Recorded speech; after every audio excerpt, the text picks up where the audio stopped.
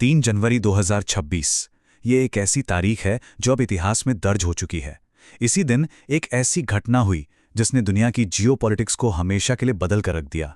और ये सब कुछ हुआ बस पलक झपकते ही। तो चलिए इस पूरी चौंकाने वाली घटना की हर परत को खोल कर देखते हैं। शुरुआत करते हैं उस मिलिट्री ऑपरेशन से जिसने इस पूरे घटनाक्रम की नींव रखी। 3 जनवरी की रात कराकास का आसमान धमाकों से गूंज उठा। राजधानी और बड़े बड़े मिलिट्री ठिकानों पर जबरदस्त हवाई हमले किए गए। इससे पहले कि कोई कुछ समझ पाता, अगली सुबह तक वेनेजुएला के राष्ट्रपति निकोलस मदुरो और उनकी पत्नी दोनों अमेरिकी सेना की हिरासत में थे।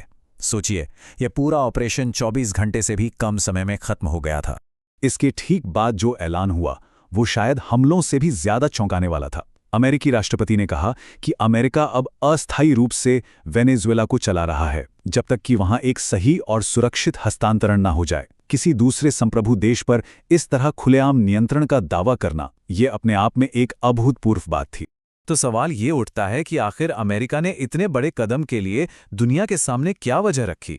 चलिए अब उनके ऑफिशियल स्टैंड को समझते हैं। देखिए, आधिकारिक तौर पर तो ये कहा गया कि अमेरिका का मकसद सिर्फ एक ट्रांजिशन प्रक्रिया की देखरेख करना है। लेकिन उनके बयान में एक बहुत ही दिलचस्प बात थी। वो ये कि वेनेजुएला के तेल के इंफ्रास्ट्रक्चर में अमेरिकी कंपनियों की भी भूमिका होगी। और बस इसी एक लाइन ने कई सवाल खड़े कर दिए।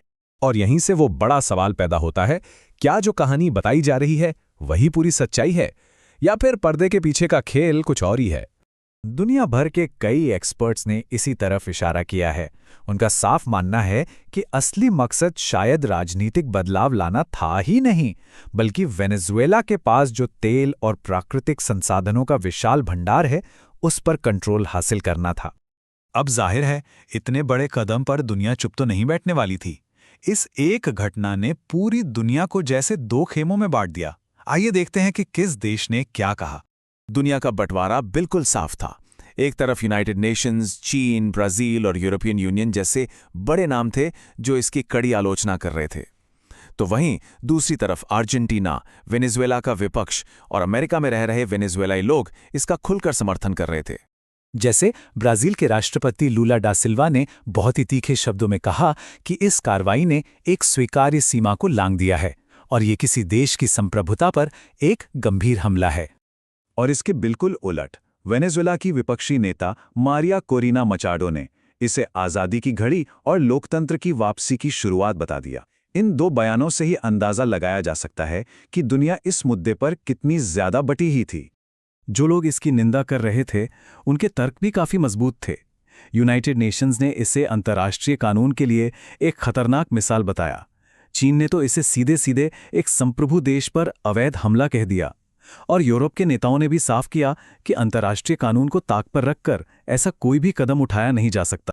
तो अब सबसे जरूरी सवाल पर आते हैं, आगे क्या होगा। चलिए अब इस अनिश्चित भविष्य पर एक्सपर्ट्स का क्या कहना है वो जानते हैं। तो आखिरकार एक्सपर्ट्स इस पूरी सिचुएशन को कैसे देख रहे हैं? देखिए, हो सकता है कि अमेरिका के लिए ये थोड़े समय के लिए एक रणनीतिक जीत हो, लेकिन एक्सपर्ट्स चेतावनी दे रहे हैं कि असली मुश्किलें और चुनौतियां तो अब शुरू होने वाली हैं। और ये चुनौतियां छोटी मोटी नहीं हैं। पहली, वेनेजुएला में स्थिरता लाना अपने आप में एक बहुत बड़ा पहाड़ चढ़ने जैसा होगा। दूसरा, इसने भविष्य में किसी भी देश द्वारा एक तरफा कार्रवाई करने के लिए एक खतरनाक दरवाज़ा खोल दिया है।